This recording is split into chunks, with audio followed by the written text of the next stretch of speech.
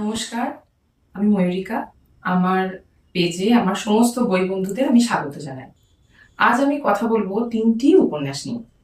আমার প্রথম উপন্যাসটি হলো বাঁশের ফুল, লেখিকা কাঞ্চন কুন্তলা মুখোপাধ্যায়। প্রকাশনী হলো মিত্র ঘোষ এবং মুদ্রিত মূল্য 300 টাকা।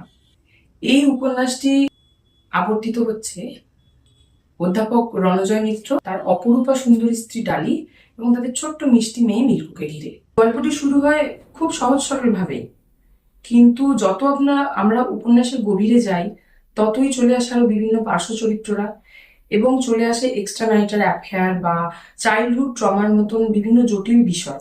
ঘনীভূত হতে থাকে রহস্য, শৈশবের আনসলভড কোনো সমস্যা, কোনো ট্রমা, সেটা যে কিভাবে প্রভাব ফেলবে আরেকটি ফুলের মতো শৈশবকে, এবং ঘটে যাবে এমন কিছু যা পাঠকের কাছে হবে সম্পূর্ণ অনভিপ্রেত।